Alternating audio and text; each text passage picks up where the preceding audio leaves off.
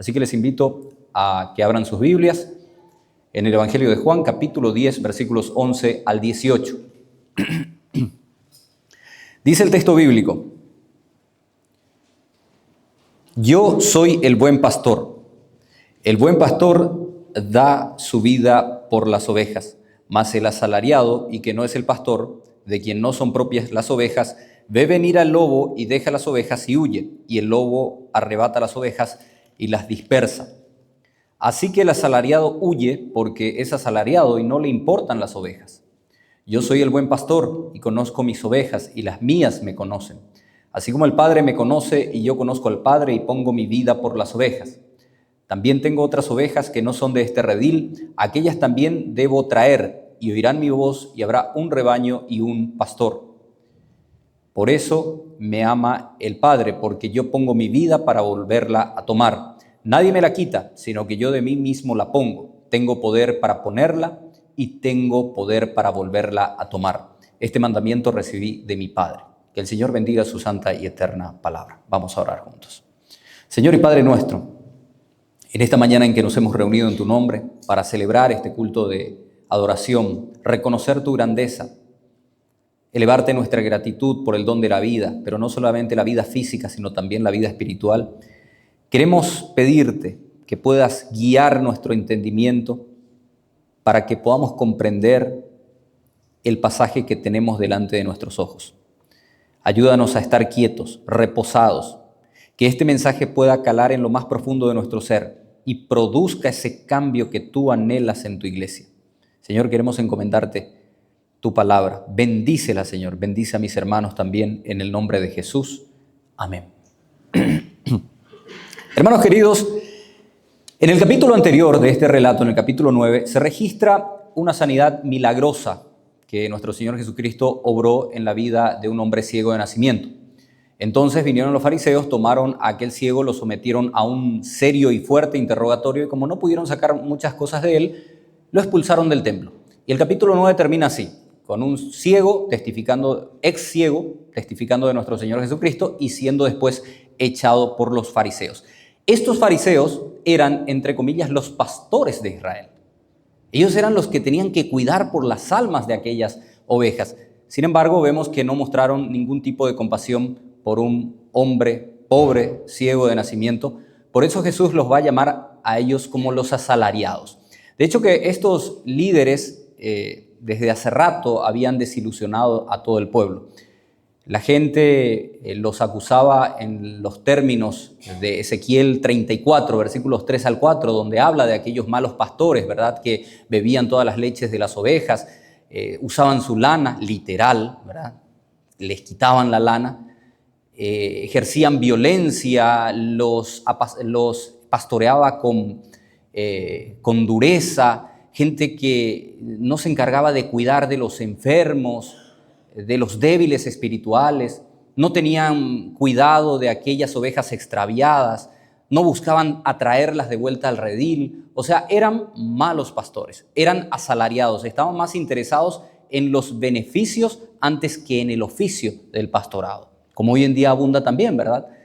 Hay muchos que aman más los beneficios del pastorado, es decir, porque, bueno, puedo obtener un salario que me permite mantener a mi familia, o porque me da cierto reconocimiento, cierta reputación o respeto en la comunidad. Entonces me gusta, yo soy pastor y quiero que me llamen pastor, y me molesto cuando no me llaman pastor, porque estoy detrás del beneficio, estoy buscando preservar mi interés o mi seguridad.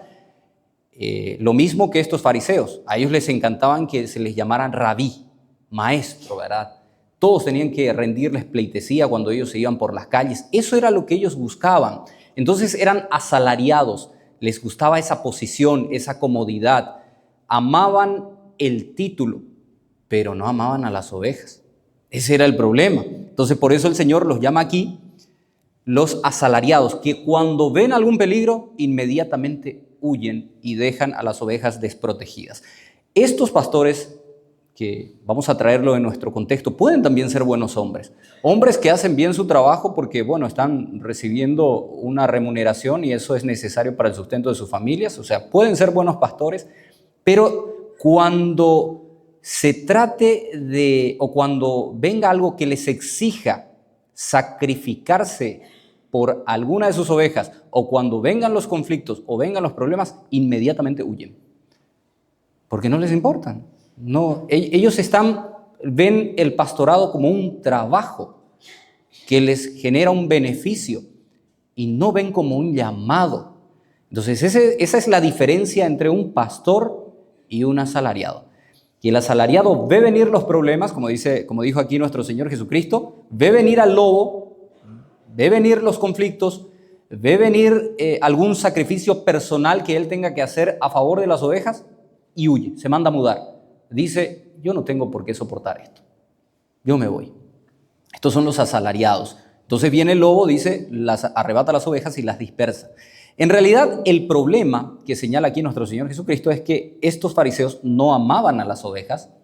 Entonces, ellos no habían demostrado ningún tipo de interés por ejemplo, aquel paralítico que estaba cerca del estanque de Betesda. Hacía 38 años que estaba en esa condición, tirado. Nadie le dio bolilla. En todo ese tiempo, nadie le hizo caso. Todos le ignoraron hasta que nuestro Señor Jesucristo fue y lo sanó y bueno, todos se interesaron por ese tema. Ellos no mostraron ningún tipo de piedad, por ejemplo, por aquella mujer que fue sorprendida en el acto de adulterio. Le quisieron apedrear, vamos a matarle nomás ya, vamos a liquidar este asunto, hay que aplicar la ley. Ellos, en lugar de alegrarse aquí porque un ciego de nacimiento acababa de recobrar la vista, se molestaron. Imagínense ustedes, qué clase de pastores, ¿verdad? Y aunque ustedes no lo crean, en nuestro contexto actual existen estas clases de pastores que no aman las ovejas, aman el título, aman el reconocimiento, pero no aman las ovejas. Pero más allá de todo, todos los que de alguna manera hemos sido llamados a esta vocación más elevada, como diría Charles Spurgeon, somos imperfectos y no somos buenos. No somos buenos. Jesús es el único bueno. Por eso Él se presenta, yo soy el buen pastor. No hay otro. Si hay alguien que se dice yo soy buen pastor, ese es un imitador o un impostor. Pero nadie es bueno. Recordemos lo que dice Romanos 3, todos se desviaron. No hay bueno ni siquiera uno. Todos se hicieron de a una inútiles. No hay bueno, hermano. Nadie, solamente Dios. Cuando aquel joven rico se acercó a Jesús y le dijo, maestro bueno, ¿qué le dijo? ¿Qué le respondió Jesús? Solamente uno es bueno, Dios. Y cuando Jesús dice, yo soy bueno, Él se está identificando con Dios. Él es bueno porque Él es Dios mismo. Él es la bondad encarnada. Dios es bueno. Y este yo soy, nosotros ya hablamos de esto, esta expresión hace referencia al encuentro que tuvo Moisés con Dios en el monte Horeb. ¿Recuerdan ustedes? En aquella zarza ardiente, cuando ve Moisés y se acerca y escucha una voz, y allí Dios le dice, así le dirás a los hijos de Israel, yo soy, me envía a vosotros. Yo soy. Esa expresión indica o hace alusión a Dios. Cuando alguien se presenta como yo soy, está asumiendo que es Dios. Por eso Jesús dice yo soy, porque Él era Dios. Ahora, aquí nuestro Señor Jesucristo, en esta alegoría, utiliza a las ovejas como una representación de lo que son los seres humanos. Y ya el pastor Freddy la semana pasada nos brindó algunas características de cómo son las ovejas, que a su vez recibió un profesional, Rossetti, el nombre del veterinario, del experto en ovejas. Y vimos algunas características, algunas lindas, pero otras no tanto. Bueno, en esta alegoría nuestro Señor Jesucristo continúa con esa representación. Las ovejas son los seres humanos. Esa es la representación que Jesús hace. Y el Señor no pudo haber escogido un mejor animal para representarnos a nosotros, hermanos. Porque las ovejas son los animales más dóciles, frágiles, vulnerables, pero también complicados que existen. Es un animal que no puede vivir solo. Muchos otros animales pueden vivir solos. El perro, el gato, el conejo, el hámster, ¿verdad? Esos animales que yo tuve, por eso sé, pueden vivir solos, incluso sin el cuidado del ser humano. Ustedes van a ver gatitos por allí, ¿verdad? Rondando encima de los techos de las casas y peleándose. Sin problema, viven solos, ni siquiera necesitan del cuidado humano. Pero una oveja no puede vivir sin rebaño. Una oveja no puede vivir sola porque se muere de estrés, aunque ustedes no lo crean. Ustedes apartan a una oveja para que viva solita en un corral y se les va a morir, porque fue creada para vivir en comunidad, ¿sí? No pueden vivir sola. Además, las ovejas siempre necesitan a alguien que las cuide. La oveja necesita a alguien que las oriente, que las guíe, porque ¿recuerdan ustedes qué pasaba cuando la oveja salía del rebaño? El pastor Freddy lo dijo el domingo pasado. Se desorientan, se pierden, no saben hacia dónde ir y dan la vuelta así en círculo y pueden comer hierbas venenosas y tomar agua sucia, pueden caer en un pozo. Se pierden completamente porque necesitan a alguien que las oriente, que las cuide. Las ovejas además son uno de los animales más indefensos que existe. Casi todos los animales tienen algún mecanismo de defensa. Los gatos, por ejemplo, tienen garras que los ayudan a trepar en los árboles para huir de sus depredadores, tienen una visión nocturna aguda. Los perros también tienen un amplio sentido de la audición, del olfato, tienen colmillos. Los conejitos, he visto que tienen unas patitas bien preparadas para correr fuerte. ¿Para qué sirve eso? Para huir de sus depredadores, son mecanismos de defensa. Casi todos los animales tienen un mecanismo de defensa. Las ovejas no tienen ningún mecanismo de defensa, hermanos. Y perdónenme la expresión, pero son perfectamente inútiles. Al igual que nosotros, son inútiles para ayudarse a sí mismas. Son completamente indefensas. Mis padres tuvieron una granja, acá está mi mamá, y ahí llegaron a criar ellos también ovejas, habían ovejas. Y una vez el capataz allí, don Marcial, iba a trasquilar la oveja, ¿verdad? Y agarra el hombre y toma la oveja y le pone boca para arriba para trasquilarla. Sin problema, sin necesidad de ayuda de nadie más, solito. Agarró la oveja así como si fuese cualquier objeto inerte, lo volcó y lo comenzó a trasquilar. Para vos volcarle a un animal, a un perro, tenés que atarle tenés que ponerle un bozal, tenés que atarle las patas. Imposible, hermanos. Le dio la vuelta, le volteó ahí, le trasquiló y le dejó ahí. Se quedó, se fue a traer una herramienta de allá y le dejó acostado ahí a la oveja. Hermanos queridos, si a la oveja se le deja en esa posición, iba a morir nomás. No se puede reincorporar. Le pones boca para arriba y se queda ahí. Y se llegó a desmayar la oveja. Le estaba trasquilando y se desmayó. Ahí mamá después le va a contar la anécdota. Pero son así, vulnerables como ellas solas, hermanos. No pueden valerse por sí mismas. Y así somos nosotros los seres humanos. No podemos hacer absolutamente nada en términos de salvación para obtenernos o para ganarnos el favor de Dios. Nada, somos completamente vulnerables. Nosotros también somos como las ovejas, indefensos, no podemos ayudarnos a nosotros mismos.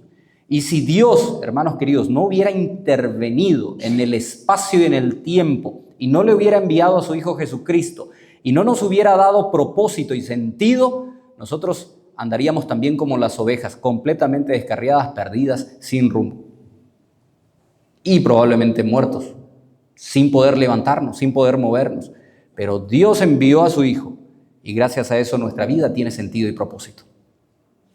Ahora, las ovejas tienen otro problema. Seguimos describiendo los problemas de las ovejas porque recuerden, nosotros somos las ovejas. Nosotros. Y no solamente porque a veces decimos las ovejas, sí, una cosa son las ovejas del Señor, pero hay otras ovejas. Recordemos que el Señor se fue al redil y comenzó a llamar a sus ovejas. Y las otras ovejas, ¿qué pasó con ellas? Se quedaron. Es decir, la oveja es el mundo, son todos los seres humanos. El Señor cuando utiliza esta alegoría no utiliza ovejas para sus hijos. Ovejas son para todos, incluso para los perdidos. Entonces, todos los seres humanos son como las ovejas, dice el Señor en esta alegoría. Y una característica que tienen los seres humanos también, y tienen las ovejas, que por cierto, yo no sé si nosotros las copiamos o ellos no las copiaron, pero es la propensión a seguir a otras ovejas o a otros animales, incluso a sus depredadores. Una ovejita se va donde todo el mundo se va. O sea, donde el rebaño se mueve, allí se va la oveja. Por eso hay, o algún animal, viene un lobo o viene un oso, puede llevarlas a su guarida, así completito el rebaño, porque las ovejas están creadas, fueron creadas o confeccionadas o preparadas para seguirle a alguien. Ellos le siguen a alguien. Por eso hay perros pastores alemanes. ¿Sí? ¿Escucharon eso? Hay perros que son pastores, porque a esos perros se los entrena para ir a juntar toditas las ovejas y esas ovejas le van a seguir al perro. ¿Sí? Tienen esa propensión de moverse en grupo, de moverse en masa. Y este comportamiento de las ovejas es tan interesante que incluso ha sido objeto de estudio por parte de los sociólogos, que han notado este tipo de conductas también en los seres humanos. Y es lo que se conoce como la mentalidad de oveja o la mentalidad de rebaño. ¿Escucharon alguna vez hablar de esto?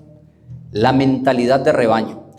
De que yo hago todo lo que el mundo, como veo que todo el mundo hace, como veo que la multitud hace, entonces me sumo también, yo me subo a ese barco, seguramente está bien. Entonces la gente que no es del rebaño del Señor comienza a seguir o a imitar al mundo. Cómo se viste, cómo habla, qué lugares frecuenta, qué tipo de música escucha, cuál es su filosofía de vida, y comienzan a hablar de que, bueno, la virginidad es algo de lo que hay que librarse antes de terminar el colegio. No, pero hay que usar tatuajes y tenemos que usar piercing. Mentalidad de rebaño. Mentalidad de rebaño. Como no tienen una identidad propia, entonces buscan encontrar su identidad en el grupo, en la multitud, en la masa. Y así surgieron estas tribus urbanas. Los hippies, ¿verdad? Algunos ya están extintos. Los emos, los punks, ¿cuál sería otro grupo? Hipsters. Así surgieron todas estas tribus urbanas. ¿Por qué? Porque los jóvenes especialmente buscan identidad, hermanos queridos. No tienen una identidad propia y la quieren encontrar en un grupo y hacen y quieren y siguen todo lo que ese grupo hace. No, pero ellos se consideran que se salieron del sistema. Nosotros nos salimos, porque somos punks, pues, y tenemos los pelos de punta y tenemos esto y lo otro, entonces salimos. Nosotros no estamos dentro de ese sistema. No, que todos, que eso de trabajar y todo lo demás, no, los hippies dijeron no, nosotros nos salimos del sistema. Mentira, mentalidad de rebaño, están en un grupo y están siendo manipulados y dirigidos por ese grupo, porque la mentalidad de rebaño indica la propensión o la tendencia de las personas a seguir a una multitud o a una masa sin cuestionar críticamente ni analizar seriamente las creencias ni las acciones de ese grupo. Yo le sigo porque veo que todo el mundo hace, entonces a mí me gusta, porque está de moda. No, que hay que pelar pechoragüe en Instagram, en YouTube. Todo el mundo lo hace, si todo el mundo lo hace tiene que estar bien. Y las mujeres ni qué decir, ¿verdad? Semidesnudas allí en redes sociales. ¿De dónde sale eso, hermano? Mentalidad de rebaño. Si otros lo hacen, entonces seguramente eso es atractivo, eso está bien. Pero el Señor quiere quitarnos de esa mentalidad de rebaño. Dice Él, nuestro Señor quiere que encontremos nuestra propia identidad. Noten ustedes que este pastor, este buen pastor, nos conoce por nuestros nombres. ¿Qué es eso de los nombres? Identidad. Dios te llama por tu nombre individualmente. Le llama Zoila, le llama Faustina, le llama Marcelo. Por sus nombres, a cada uno le va llamando. ¿Cómo cuesta acordarse de los nombres, verdad? ¿Sí? ¿Tienen ese problema o yo nomás tengo un inconveniente? A veces llevo ya horas hablando con alguien y no me acuerdo de su nombre. Es terrible, hermano. Pero nuestro Señor Jesucristo nos conoce. Además, la palabra para conocer, yo conozco a mis ovejas, cuando dice nuestro Señor Jesucristo, la palabra que utiliza en griego es ginosko. Y ginosko no es solamente un conocimiento superficial.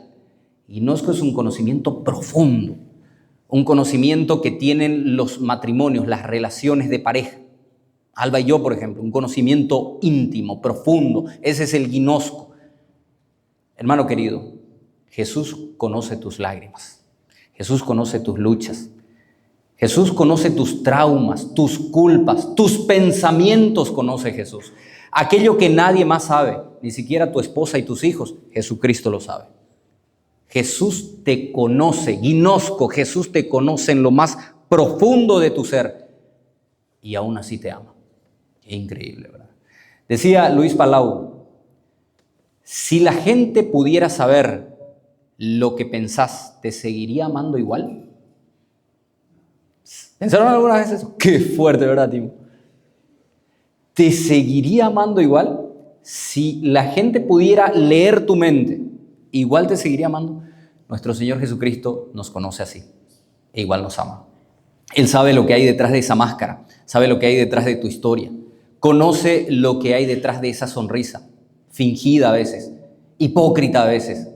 Jesús conoce eso y aún te sigue amando.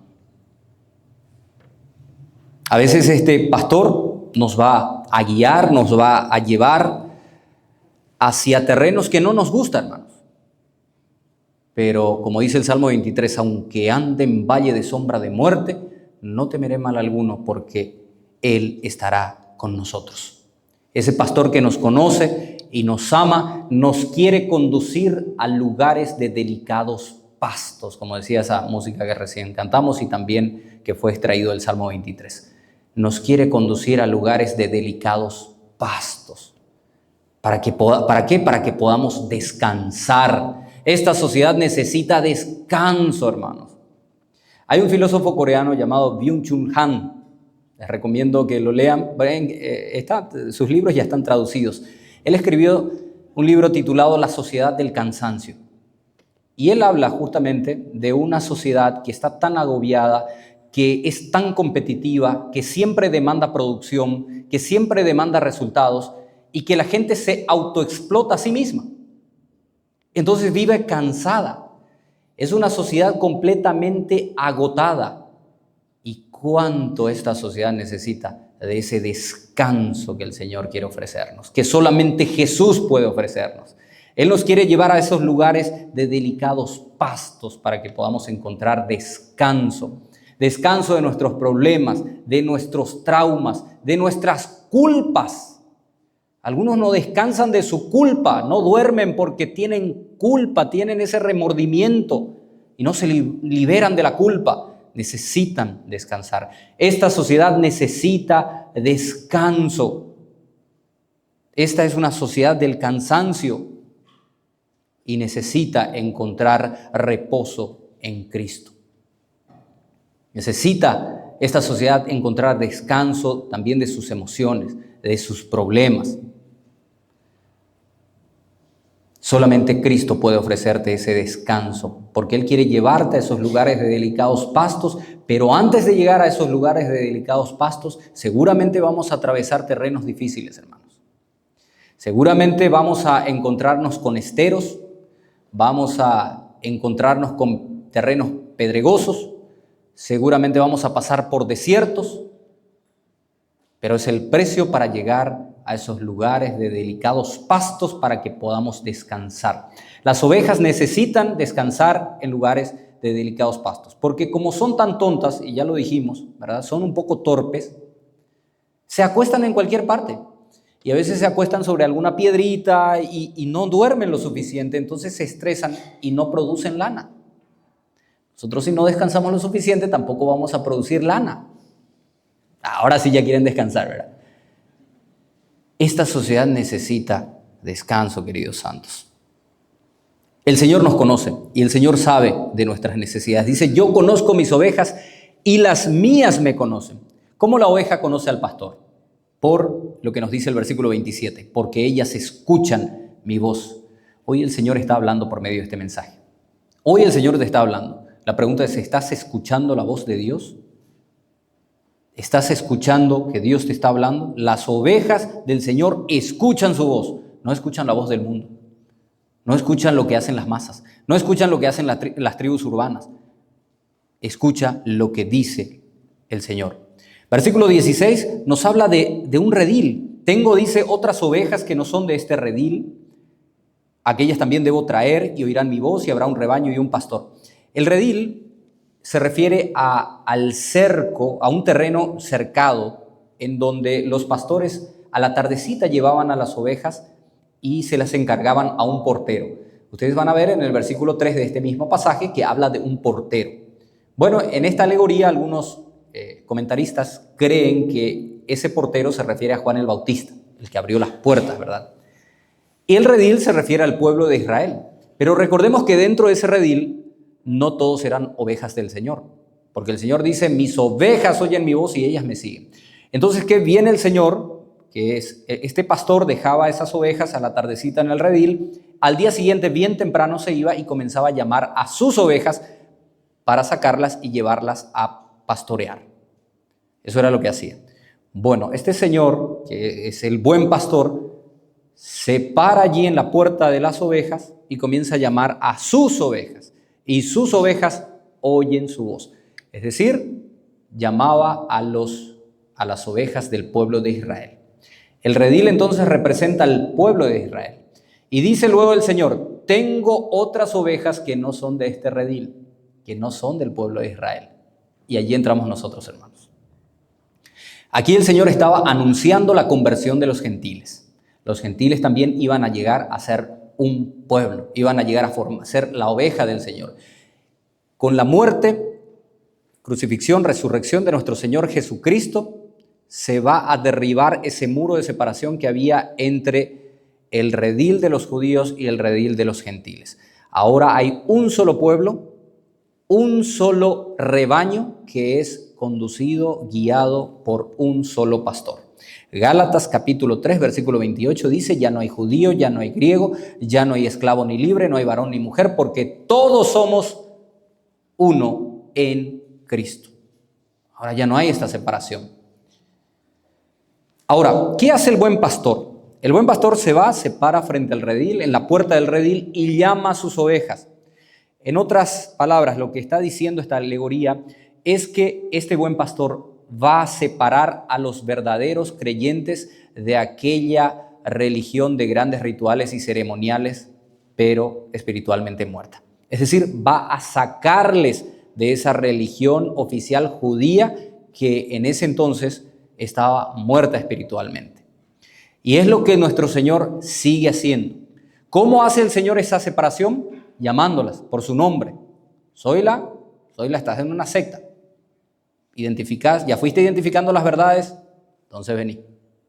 Y las saca, las va sacando de un redil en donde, que consiste en un sistema de religión falso, como lo era el judaísmo. Y hoy en día podemos hablar de las sectas, por eso.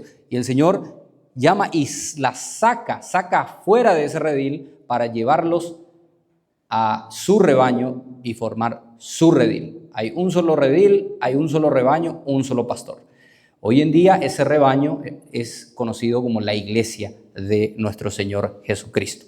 Entonces es razonable pensar que un verdadero creyente no va a permanecer demasiado tiempo bajo un sistema religioso falso. En algún momento se le va a prender la luz, en algún momento va a escuchar la voz y va a salir de allí. No puede permanecer demasiado tiempo. Si continúa allí, es una evidencia de que probablemente no es oveja. Probablemente no es oveja. La prueba de que alguien conoce a Dios es porque escucha su voz y le sigue. Alguien que está bajo un sistema religioso falso, herético, idólatra, como por ejemplo Casa Apostólica Mundial, lo digo con propiedad, es una institución perversa, diabólica, herética, y los que están allí no son hermanos en Cristo.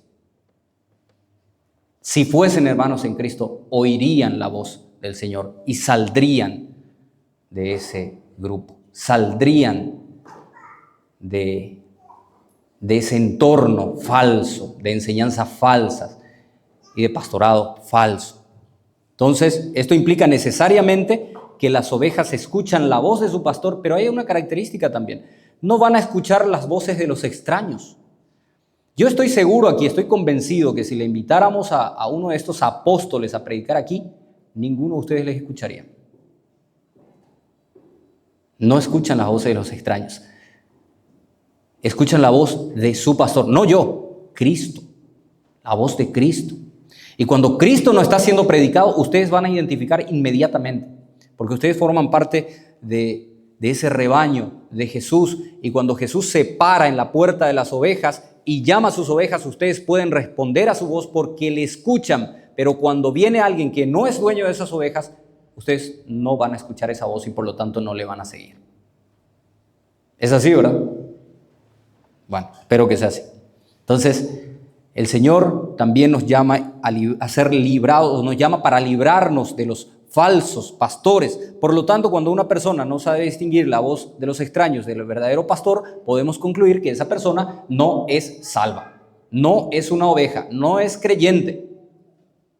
Aunque abra su Biblia y encuentre allí cuantas herejías, ¿verdad? O pronuncie herejías, aunque haga eso, esa persona no es salva.